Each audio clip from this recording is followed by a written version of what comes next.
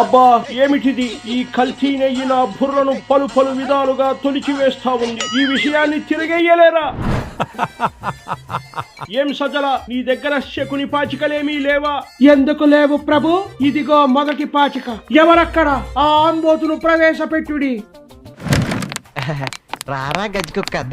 ఏం చెయ్యాలో అర్థమైందిగా అంబోతో. ఊతులతో విరుచుకుపడుడి. చిత్తం మహాప్రభు, కల్తీ నెయ్యి వ్యవహారాన్ని, లడ్డూ ప్రసాదంలో కల్తీని నేను డైవర్ట్ చేస్తానని మనవి చేస్తా ఉన్నా.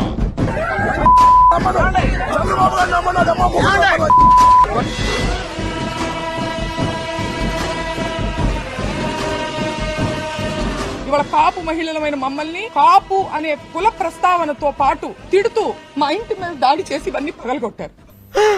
అజ్జి బాబోయ్, దోస్ బలే తిరగేసింది. మరో పాచిక ఎక్కడ సజ్జల? ఇదిగో ప్రభు. ఎవర్రా అక్కడ? ఆ జోగిని ప్రవేశపెట్టుడి. ఈ ఊర్లోకెల్లా ఎదవెవడని ఎంక్వైరీ చేస్తే నువ్వేనని తెలిసింది. ఇదిగో జోగే, నువ్వు నీ కొంపకే నిప్పెట్టించుకోవాలా? బూడిద రాలాలా?